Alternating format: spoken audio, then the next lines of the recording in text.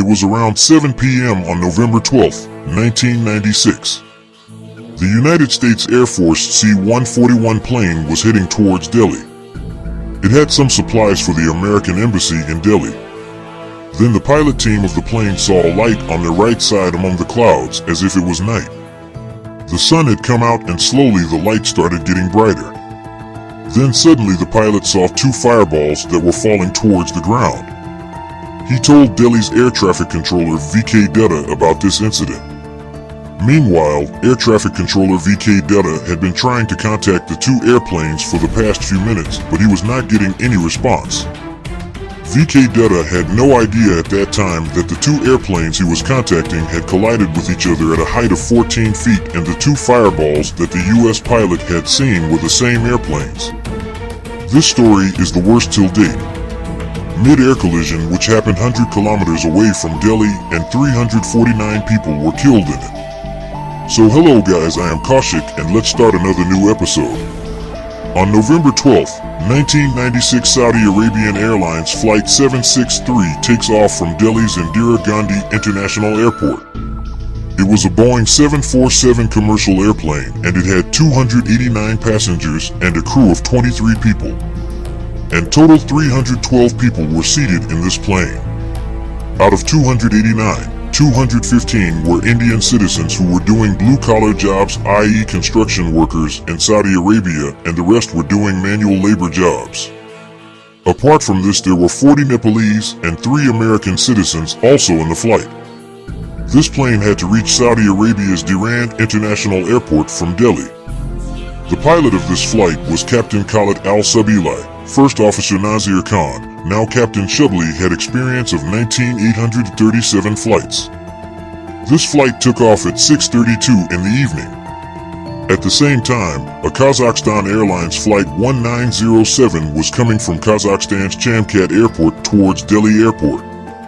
This was an Illusion 76 TD airplane which was built by the Soviet Union as a military aircraft, but later it was modified and started being used for civilians as well. This was a chartered airplane. There were a total of 37 people in it, including 27 passengers and 10 crew members. Most of the passengers were traders.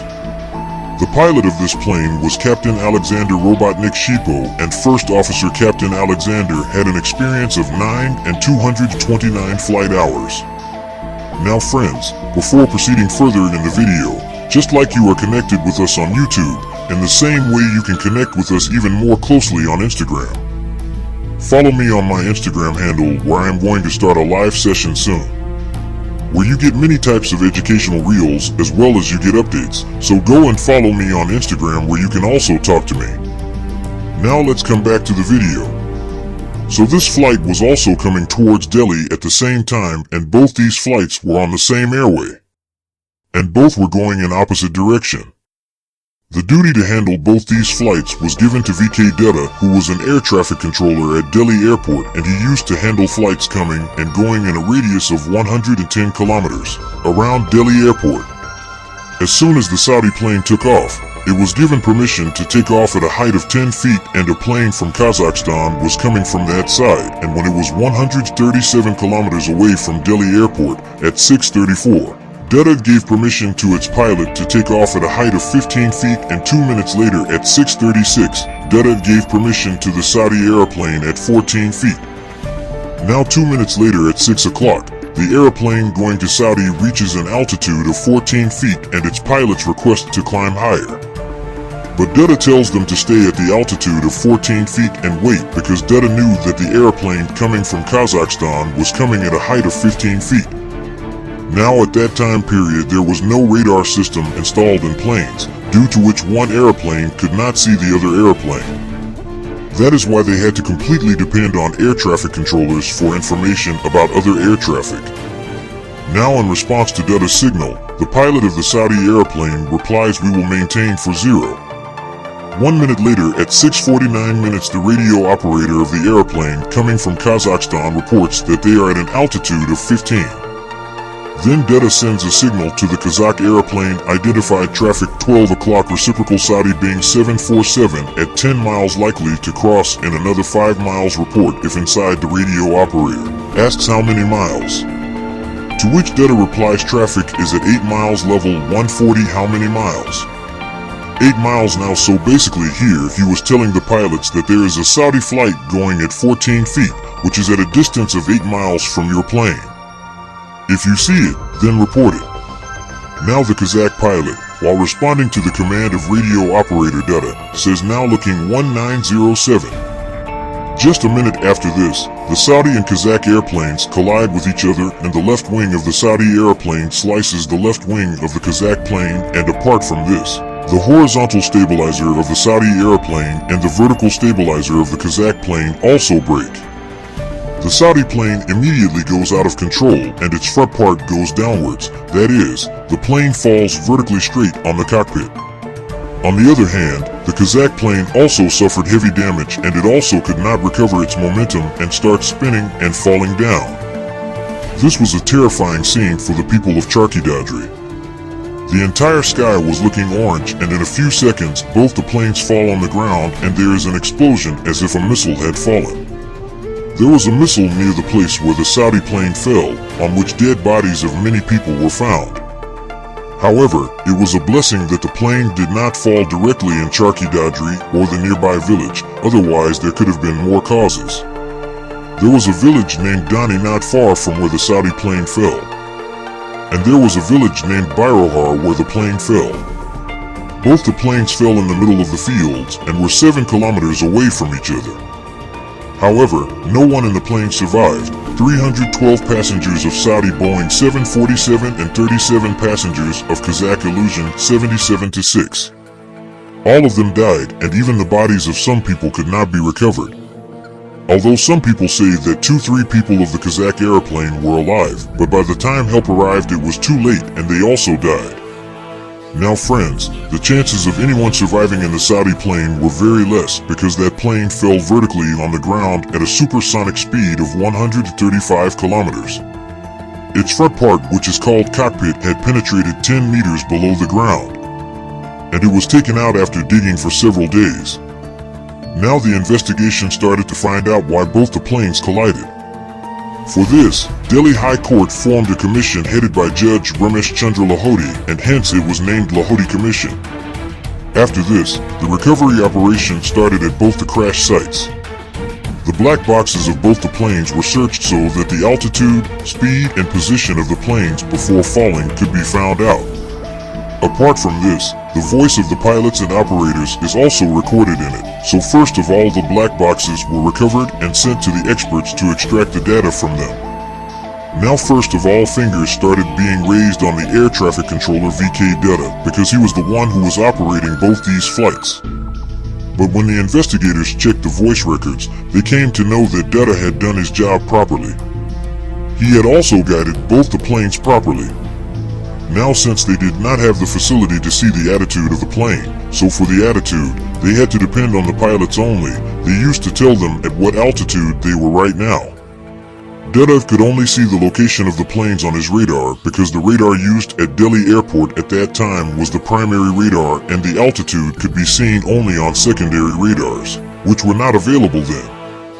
So what happens is that these primary radars send radio signals in the sky, and these signals reflect from the airplane and come back, which a dish placed on the ground catches and updates the location of the plane on the radar, but it does not tell the altitude at which the plane was.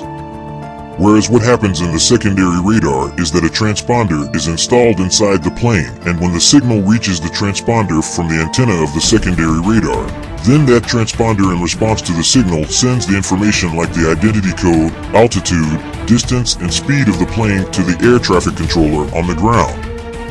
So with this, the ATC does not have to depend on the pilots for altitude, and they can see the attitude of the plane sitting below and can make sure that there is a proper distance between them. Now according to international aviation standards, airplanes should maintain a minimum vertical distance of 1 feet from each other. So let's come back to the story. See when experts studied the black boxes of both the planes and came to the conclusion that the fault was of the Kazakhstan airplane. When the Saudi Arabian plane got the command to stay on 14 feet, they ordered it to stay on the ground. They followed the instructions and were maintaining the same altitude. Whereas the pilots of the Kazakh airplane, which was asked to stay at 15 feet, descended to 14 feet despite the commands, and this was the main reason for the plane crash. Now in this investigation, a very important thing came to light that while the ATC was directly talking to the pilots in the Saudi Arabian airplane, the ATC in the Kazakh Illusion 76 airplane was talking to the radio operator because 76 was a military aircraft and there was a separate place for the radio operator in its cockpit. That is, the air traffic controller of Delhi did not have any direct communication with the pilots of the Kazakh, rather the radio operator was giving commands to the plane through another rape. The radio operator was sitting just behind the pilots. Now the problem was that the radio operator did not have any separate altimeter so that he could see the altitude of the plane. And to know the altitude, he had to look into the instrumentation of the pilot. 2 minutes before the crash, when the Kazakh radio operator, a rep, told ATC VK Delta that he was at 15 feet.